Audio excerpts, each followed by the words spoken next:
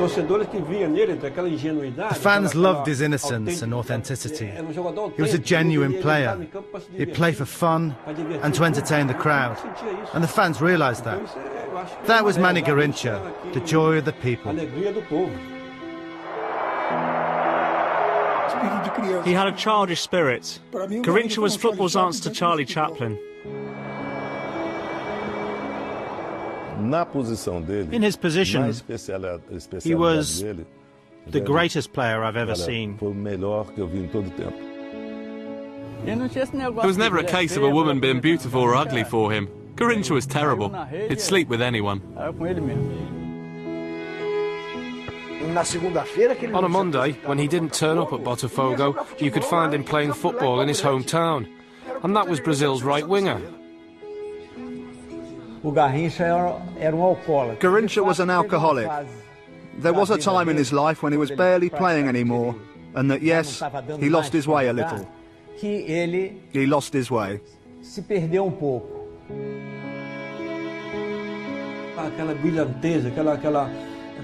started to lose that spark and joy that he'd always had. His eyes that had always shone so brightly began to look sad instead. And unfortunately, we ended up losing one of the greatest players of all time at such a young age.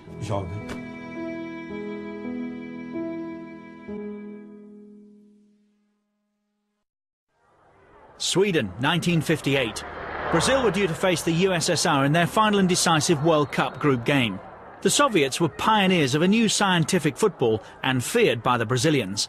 However, the Brazil side contained two young stars who'd been held back from their opening two games, Pelé and Garrincha.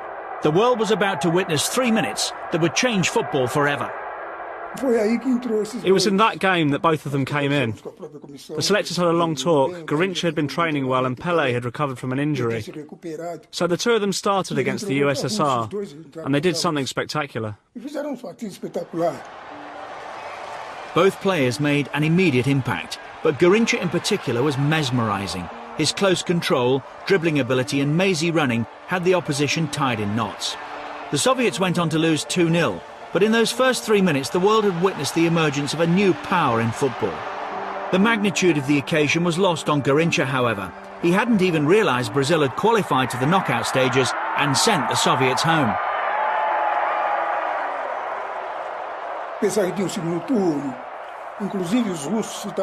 He thought there would be another round of matches. After the game against the Russians, we'd knocked them out, so they were leaving. We were all sat down watching them leave, and Garrincha came up to us and said, "Who are those big guys?" We said, "They're the Russians, we beat them yesterday, we knocked them out." He replied, "Won't there be a second leg?" That gives you some idea of his mentality. He didn't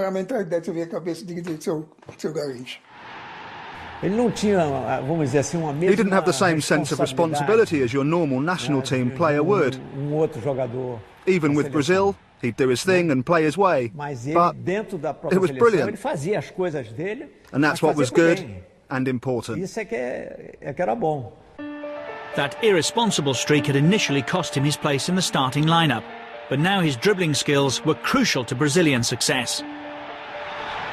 Nilton Santos would shout, "Give the ball to Mané," and Garrincha would get the ball, dribble down the wing, and then cut it back for either Vavá or Pelé. A lot of the time, you'd get one player here, another there, maybe 3 players marking him, and he'd dribble past them. He was very explosive. He could go past anyone. For Garrincha, the final against the host Sweden was just another game. It could have been one of the kickabouts he regularly enjoyed with friends back in his hometown of Pau Grande. But yet again, he managed to mesmerise the opposition. He'd dribble, get to the byline and cross the ball in. So much so that in the last game against Sweden, he made 2 identical runs.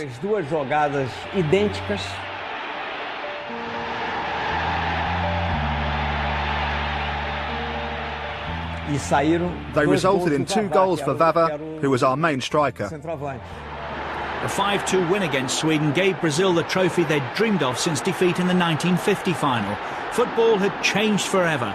For Garrincha, life would never be the same again. Manuel Francisco dos Santos was born on the 28th of October 1933 in the rural town of Pau Grande, near Rio de Janeiro. No one, not even Pelé, contributed so much to the myth of Brazilian football and its identification with the beautiful game. Here was a player who brought joy to the masses with his carefree attitude and blissfully innocent desire to entertain. Yet his own life was blighted by tragedy. Garrincha was as brilliant as he was reckless. His story began here, on the rough, potholed pitches of his hometown, where he honed his extraordinary dribbling skills. But the young Manuel had an even greater passion in his early years. Oh, he had a great eye for hunting. As soon as we disturbed the birds, he'd bring one down with his first shot. And that's how he got his nickname, Garrincha. It was the name of a little bird, a wren, that you still get around here, that he loved to kill. We'd go out hunting and say to him, "Garrincha, let's not kill any wrens. They don't even give you a meal." But he wouldn't care. He'd still kill them.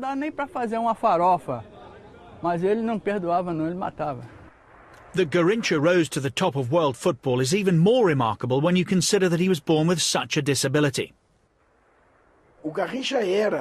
Garrincha was a physical impossibility. He had one knee that went in and one knee that went out. Normally people have both knees going in or both going out. In theory, he shouldn't have even been able to walk. Despite his physical limitations, Garrincha soon became renowned throughout the region for his footballing ability. He was the local team's star player, and it wasn't long before he attracted the attention of Rio's big clubs. However, by the time that Botafogo came calling in 1953, he'd already been rejected by a host of clubs and was disillusioned. After the disappointments at San Cristóvão, Fluminense and Vasco, he didn't want to try with anyone else, not even Botafogo.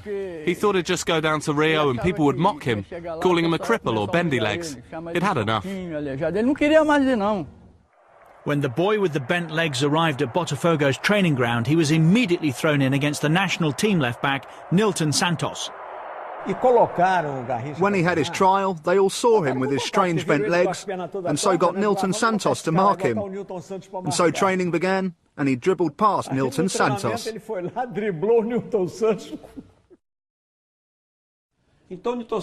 So after training, Nilton Santos grabbed hold of Garrincha and took him to the president.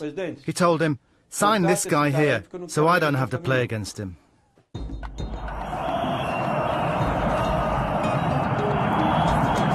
At Botafogo, Garrincha was a phenomenon. He played with innocence and irresponsibility, with relish and with brilliance.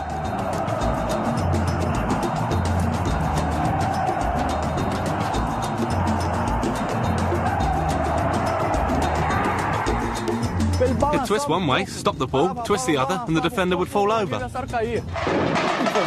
He never did tricks to mock his opponents. He did them because that's what came into his head. There was nowhere marking him. No one could stop him. When Mané got the ball, everyone was desperate to see what he would do with it. He was born to play like that, and he was all crooked and bent with those confusing legs, and it probably confused his opponents even more. His ability was drawing comparisons with the other young star of Brazilian football. Garrincha and I played together in the national team for around 12 years, from 1958 until Garrincha passed away. When Garrincha and I played together for Brazil, we never lost a single game. We were unbeaten. Not one to take football too seriously, Garrincha quickly established himself as the dressing room joker. He had the mentality of a child and not an adult.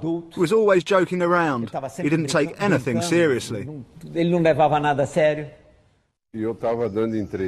I remember one time, I was in my team suit with the long trousers and everything, and I was giving an interview. This was in Rio, and I was giving this interview in the press room full of people. And do you know what Mané Garrincha did? He came up behind me and pulled my trousers down. I was shocked. I had to pull them up. But that's what he was like. Joker. He was effectively a child in an adult's body, but supporters identified with his desire to entertain. So much so that he transcended the local rivalries between teams in Rio. I actually think that Garrincha is the only player who is loved by every single fan, from every single club in Brazil. Garrincha doesn't belong to any one club. Everyone in Brazil supported Garrincha. He was the joy of the people. That was the way he played. He even entertained his opposition. It was marvellous. I don't think there'll ever be anyone like him again. I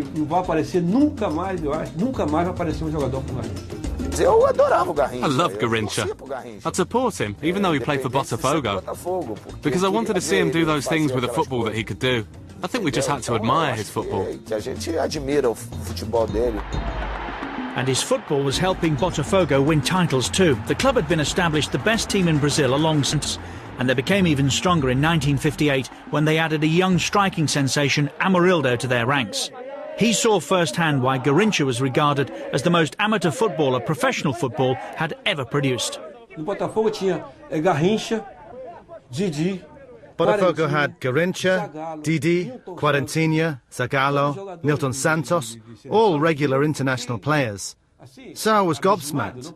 For me, this was the biggest club in Brazil, with the biggest players in Brazilian football, with the exception of Pelé. There would be games that Garrincha wouldn't even know the name of the team we were playing. He wouldn't know. When he stepped out onto the pitch, he knew he played for Botafogo, and he knew he had to win, but he wouldn't know who he was playing against. He'd always ask, "Who are we playing against today?" "We're playing Vasco." "Oh, right."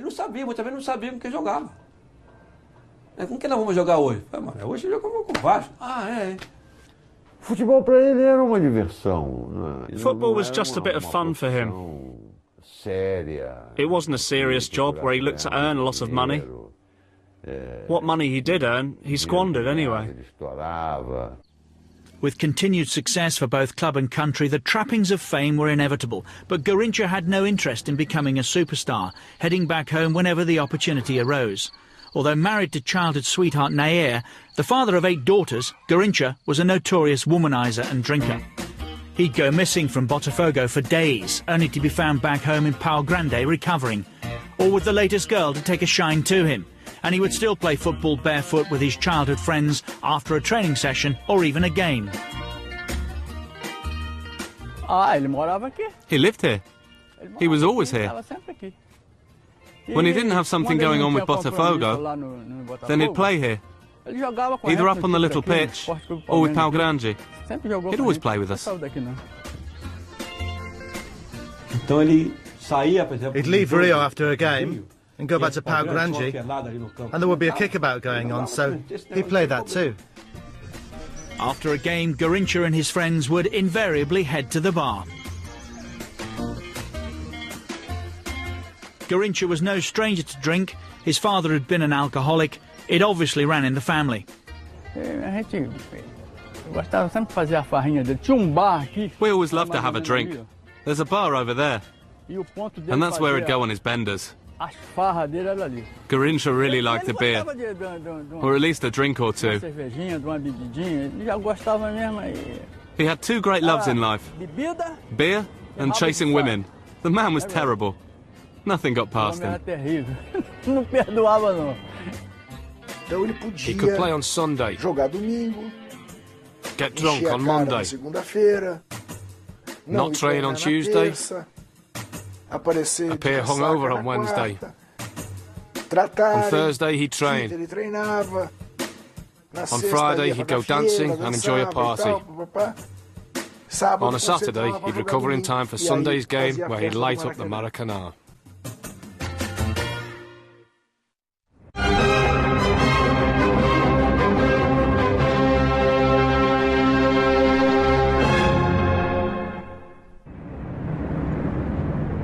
In 1962, Brazil travelled to Chile to defend their World Cup title with largely the same squad as '58. But this time, Pelé, Garrincha and their teammates had the weight of the world's expectations on their shoulders. In '62, Brazil arrived as favourites. The rest of the world had discovered us in '58, so we arrived in Chile as world champions. But we had the same staff, the same mentality and the same ability. The player who really stood out in that tournament was Mané Garrincha. He was just out of this world for us, and he took on the role of leader of that team.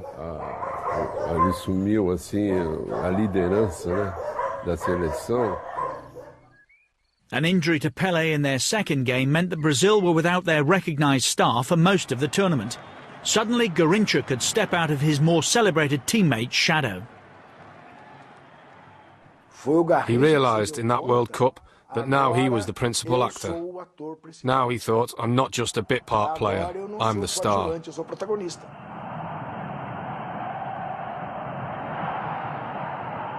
In that World Cup, Garrincha scored from a free kick.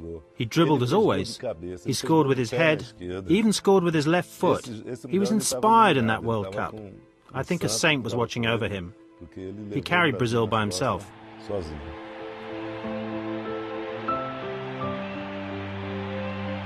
Garrincha had never been a leader in his career. He never paid attention to tactics, and coaches saw no point in trying to teach him. He played, he enjoyed himself, and he went home. But in 1962, he became Brazil's leader and inspiration. He did things with the ball. God, he even scored with his left foot. He practically carried the team on his back. He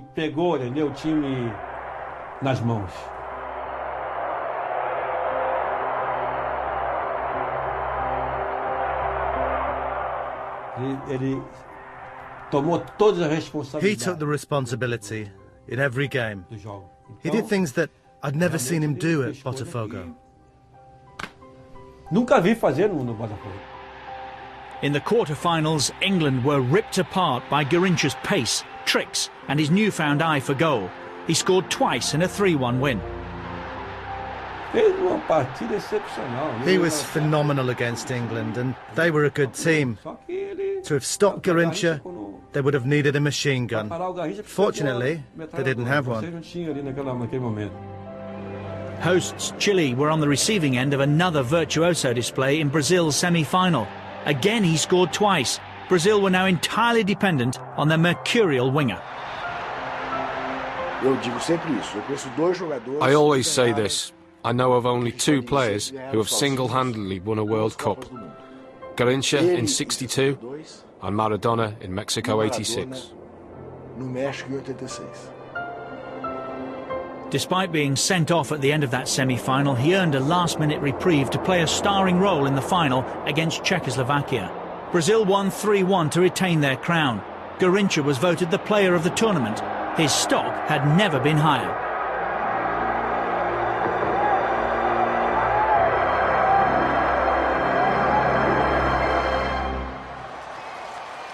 Back in Rio, life only got better. He helped Botafogo to a Rio State final win with a performance that many claimed to be the greatest in his career. But just as he appeared to have reached his peak, things were about to take a drastic downturn. Garrincha's carefree life was beginning to catch up with him. From that game on, Garrincha was never the same again. His chaotic personal life didn't help. Since 1961, he'd been involved in a tempestuous affair with bossa nova singer Elza Soares. The affair had been revealed and the couple were vilified. The hero of 1962 had now turned public villain. More worryingly, though, he was struggling on the pitch. Garrincha had succumbed to a long-term knee injury from which he would never truly recover. When he started to become the star of the team, he was contracted by Botafogo to play more. They had to play him in at least every other game. And so the fact that he wasn't a natural athlete meant that he was given various treatments and injections to stay fit, and that finished him off.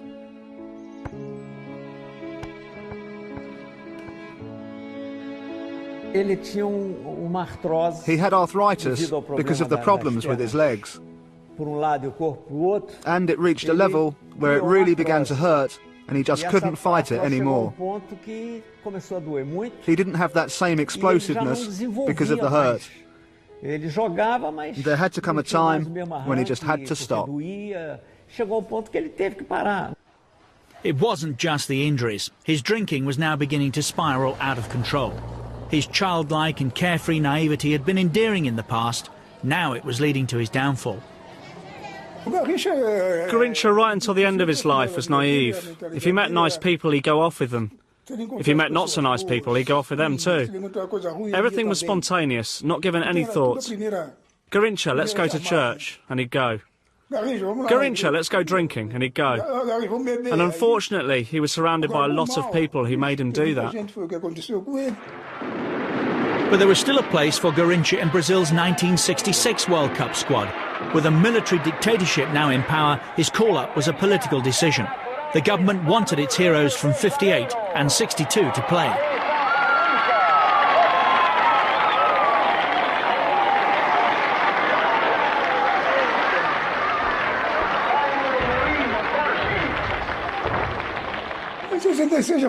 '66 was more political. We had to take players who'd been champions in 58 and 62, as both our president and president of FIFA wanted a celebratory atmosphere like before. I was 36. How could I really play? It was a joke. The same could have been said for Garrincha. This wasn't the same player who'd been voted player of the tournament in 1962. He'd been considered surplus to requirements at Botafogo and offloaded the year before. He was now overweight and out of shape. He was only half the player in the '66 World Cup, as he was very much coming to the end of his career. But it was still Garrincha. As far as I'm concerned, what he was able to do on the pitch, no one has done since. He could still produce moments of genius, though. A thundering free kick in the opening game against Bulgaria was testament to that. But his touch and speed had deserted him. Defeat in the next game against Hungary was his first in the Brazil shirt. He would never play for his country again. Garrincha, the footballer, was finished. He wasn't in the right condition to be playing for the national team. His knee was finished by that point. He still played, but he shouldn't really have been there. He wasn't the same Garrincha that we'd all seen before. He was now a totally different player. He was now a pale imitation of his former self. No longer drinking for pleasure, Garrincha stumbled from one alcoholic stupor to the next as he attempted to revive his career at various clubs. But his body could no longer cope with the physical stress of professional football. He'd lost his way, but while he was a footballer, he'd have a few beers after the game, and it wasn't an issue. He never gave us any problems at all. It was only once he stopped playing that the problems began, because he couldn't sweat out all the alcohol. And he started suffering from things that he hadn't suffered from before. And so all this inevitably hit him hard and brought him down, and depression began to sink in. Depression soon gave way to suicidal thoughts. In 1969 he suffered a car crash that instantly killed his mother-in-law, who was sat in the passenger seat. Garrincha blamed himself and tried to take his own life twice. The Brazilian FA should have shown a lot more concern because of what he did. Given what he did for Brazil and what he represented, he deserved a lot more, and he didn't get it. He died with practically nothing.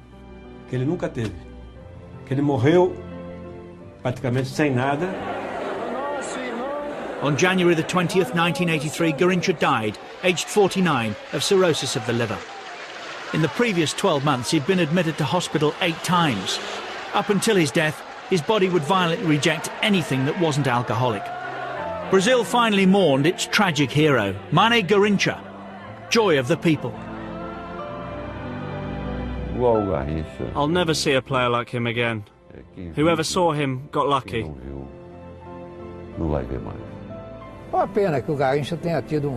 It's such a shame that Garrincha's life ended the way it did. He didn't deserve that end, because I'm telling you, he was a genius. Everyone else was a great player, but not a genius.